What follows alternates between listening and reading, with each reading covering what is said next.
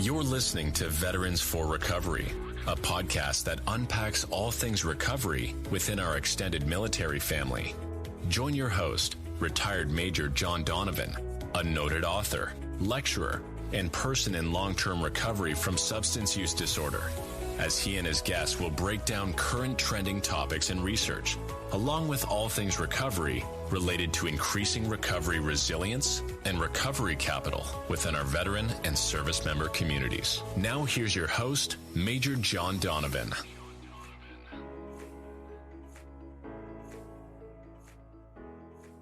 Good day, everyone, and welcome to another episode of Veterans for Recovery. This is a podcast that looks at all things pertaining to our veterans, service members, and their family members who are in recovery or seeking recovery. I'm John Donovan, a retired major of the U.S. Army, and I'm a person in long-term recovery. With me today is my guest, Chris. Today, Chris and I will explore what recovery means and how it impacts our lives. Chris, welcome to the show, and thank you for being with us today. John, thanks. It's really great to be here. It's a real privilege, and I appreciate the opportunity. Absolutely. And we are honored that you have given us your time, made yourself available to share some information with our veteran and service member audience. First of all, Chris, let's go back to the beginning. Tell us a little bit about yourself, your background, education, profession. Sure. Well, I grew up in Minnesota in Red Wing, where Red Wing shoes are made, and spent my first 18 years in southeastern Minnesota. Ended up living and working all around the country, but enjoyed growing up in Minnesota. I am the son of a military veteran. My father actually spent time in the Navy and also the Marine Corps as a reservist in providing medical support. And I think he retired as a lieutenant commander. So we had some good military discipline growing up, and that was part of my experience. And another part of my experience was substance use and addiction and alcoholism and recovery. So tell us, did you attend school then in southern Minnesota, the Winona Red Wing area? I left Minnesota to go to school in Chicago. So I did my undergraduate at Northwestern in Chicago, where I got a degree in industrial engineering, and then went right into graduate school at the same time that I got a full-time job in Chicago. And that was kind of a mistake. I spent a year at the University of Chicago in a graduate program and decided that I'd had enough of school. So I ended that and stayed with the firm that I joined out of school in Chicago, which was a management consulting firm. And I spent 20 years with that firm and lived and worked around the country and traveled the world because I served global corporations, international corporations and companies doing management consulting work for 20 years and ended up in Los Angeles at the tail end of that stint. Along the way, I went to school again at Duke University to get my MBA. So I'm curious, and Chris, I know you outside of this podcast. You're a friend, a colleague, but you got an MBA, you have an engineering background, and yet you've been working a lot with mental health practitioners and the recovery community. Is that because of your own personal recovery journey, or did you see some crossover from the business field to the mental health field, or perhaps that you felt that some of the mental health practitioners might benefit from some business acumen? Great question. It's probably some of all of the above.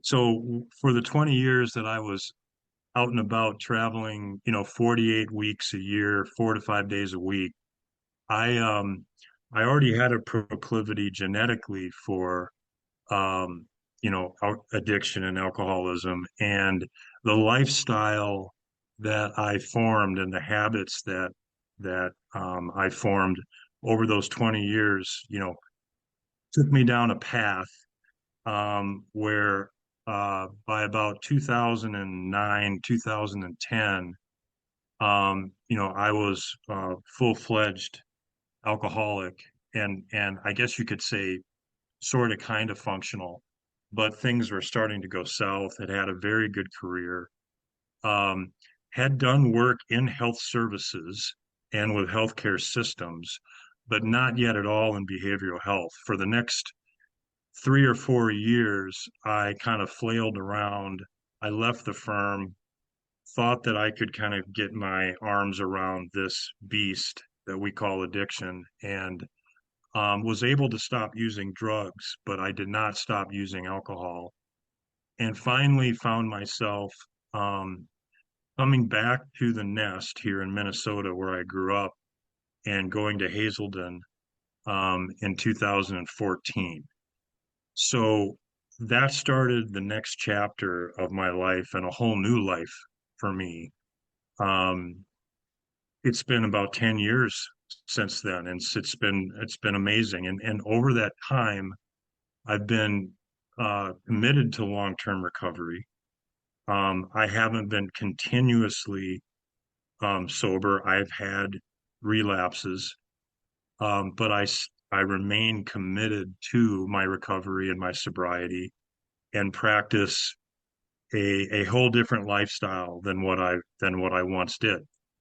Along the way, in these past 10 years, I started to become active in the recovery community, met a lot of people, a lot of great people like yourself and others, lived in a sober home, and started to build my own consulting practice here in the Twin Cities, and naturally gravitated to behavioral health.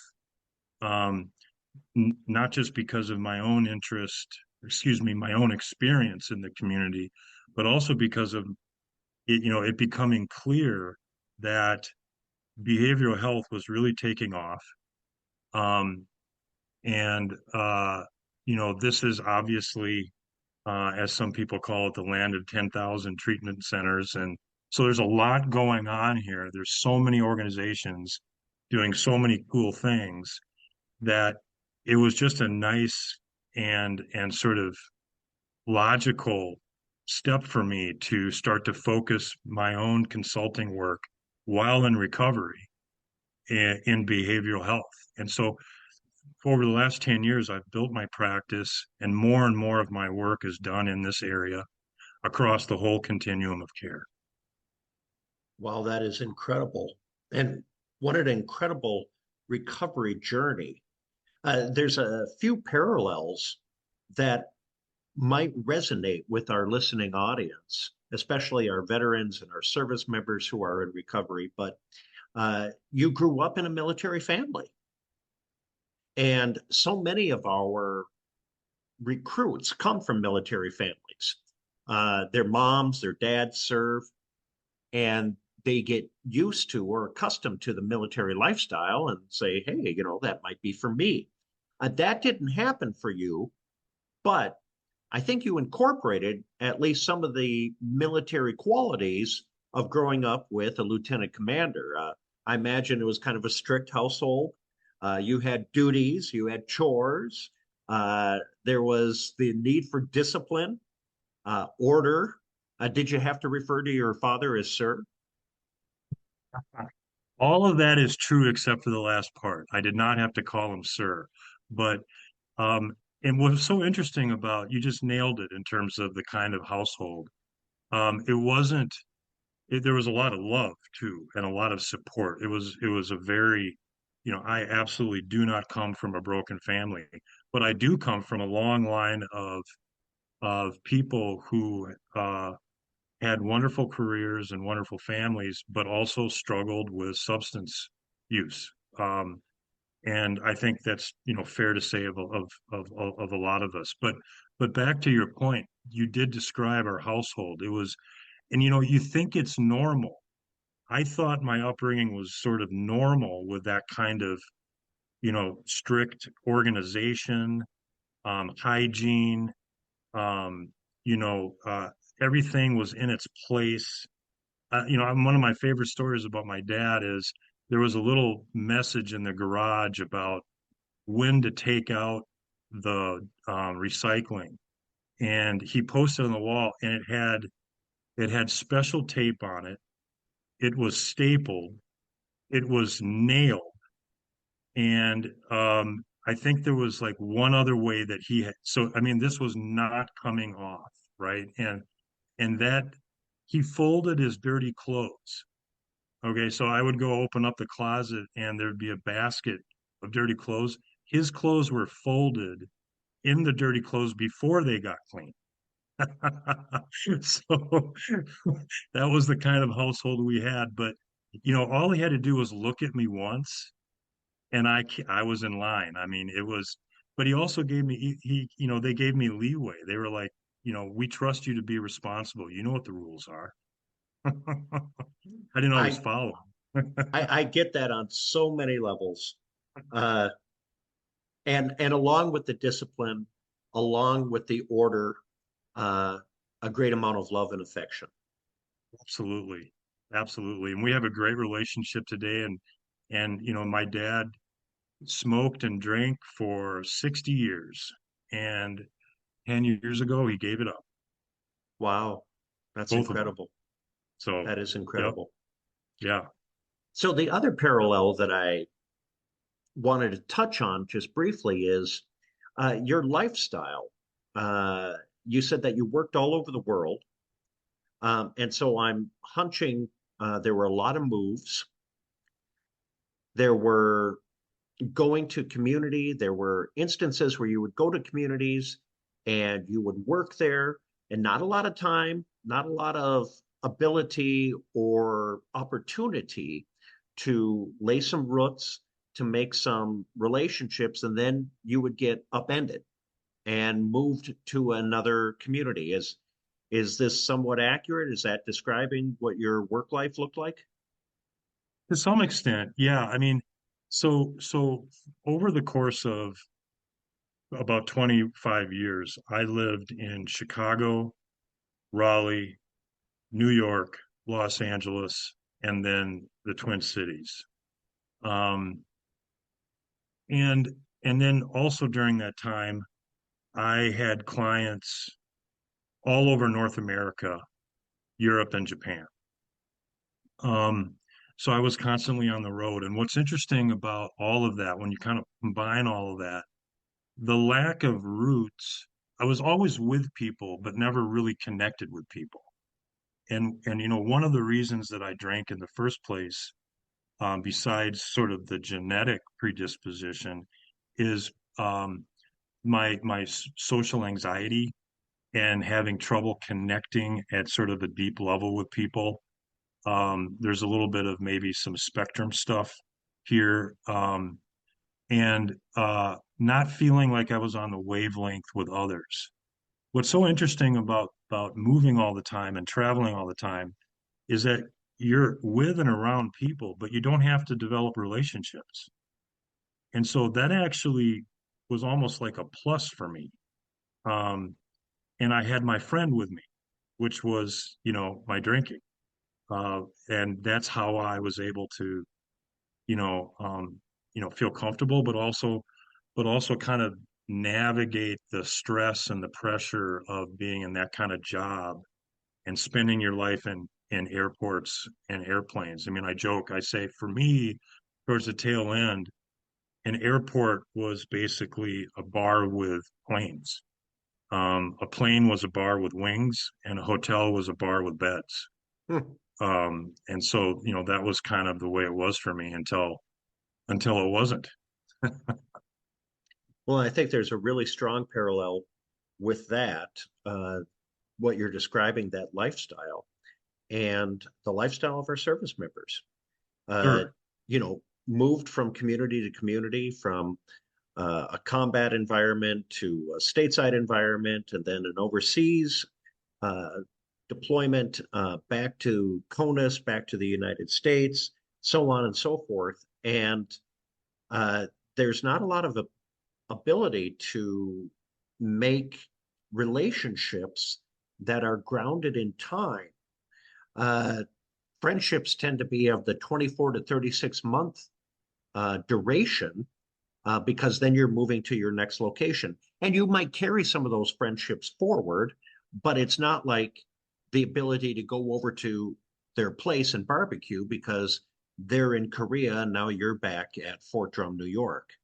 And so, in talking with people like that, and this is also very true of people who are in the airline industry, there's a higher percentage of alcoholism, of substance use disorder, alcohol use disorder, because of that constant traveling and inability to really establish connection.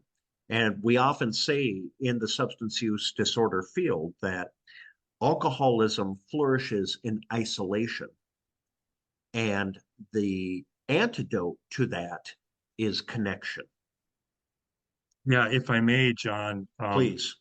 to that point, I've heard that the opposite of addiction is connection, and I'd like to just reinforce what you're saying. I have a hypothesis because I did have exposure to a military lifestyle to some extent.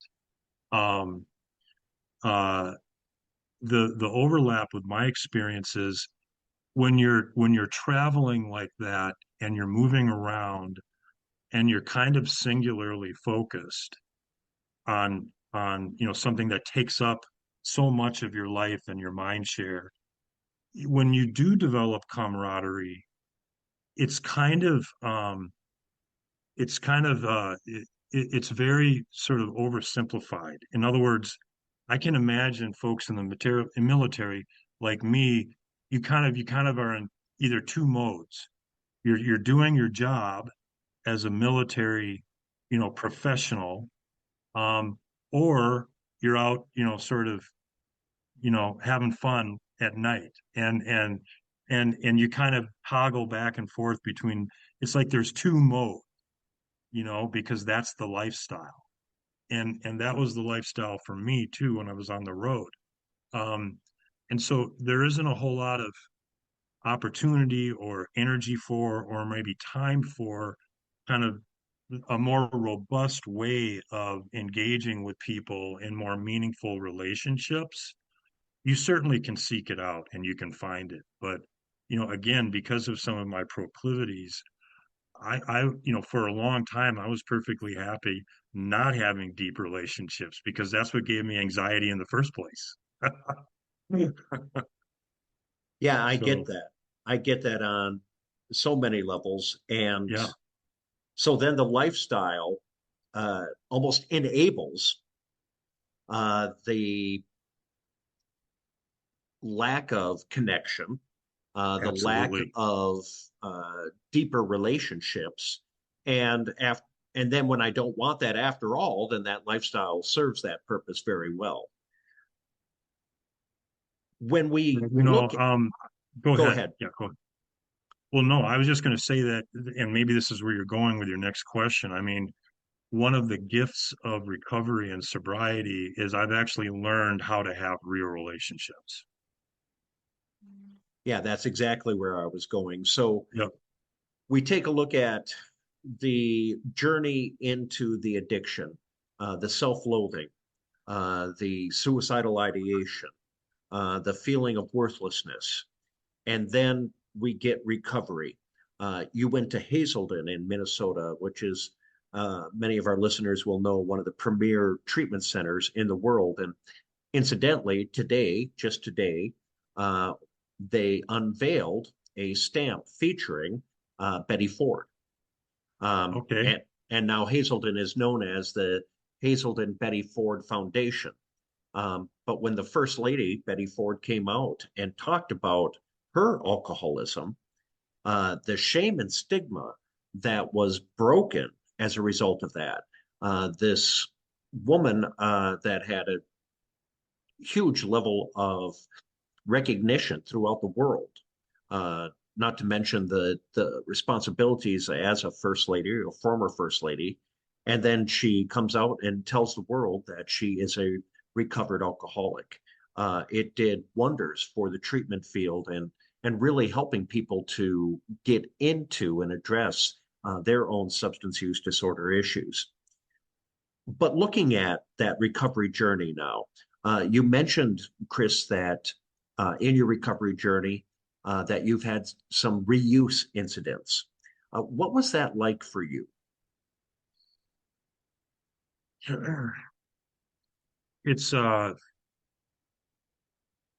that's a great question. What has it been like? It's been uh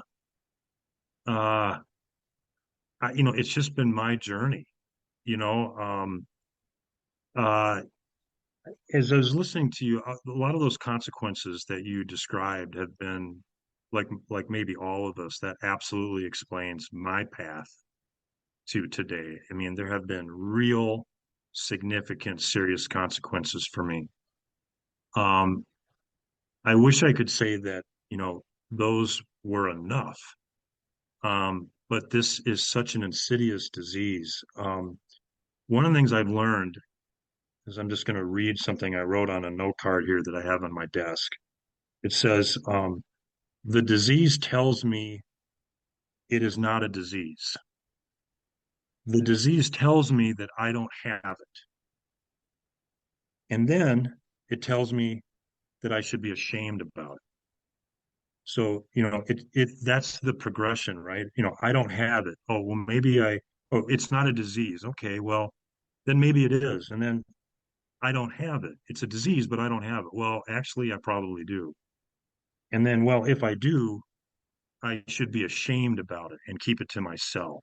And of course, all of those are illusions. And I think my experience in terms of reuse goes back to, and it's not because my program is weak or breaks down necessarily. I do ebb and flow a little bit with the my concentration in the community and the program, but I do try to do things every day. But my experience is that it's that thought on a Friday afternoon with the sun shining that I can have a beer. That either I'm entitled to it, or that I can just have one or two, or that, my work is done. And despite the sordid history of my use, it's okay for me to have that one because I can stop at one or two or three. And that's not what happens. Now, I'm fortunate enough that, um, it's been a while now, but the last time that this happened, I'm getting to an age now where physically alcohol is like a poison to me. So, I wouldn't go on a 2 or 3 or 4 day bender. It'll last for a few hours and it's ugly. And then I feel physically bad, and then I feel shame, and I feel guilt, and I recommit to my sobriety, and that's kind of the way the story unfolds. Um, but I remain committed to recovery, and I remain optimistic that, as time goes on, I can put more and more time, continuous time together. And I feel like, that's what I'm doing. Well, that's an incredible insight. And what I would like to highlight there is the recommitment to recovery. I just recently got over a bout of COVID. And when COVID first hit, I got every vaccination. I isolated. I did everything that we were supposed to do, and I never got it. I never got it. And I got the most recent vaccination. And lo and behold, I came down with COVID.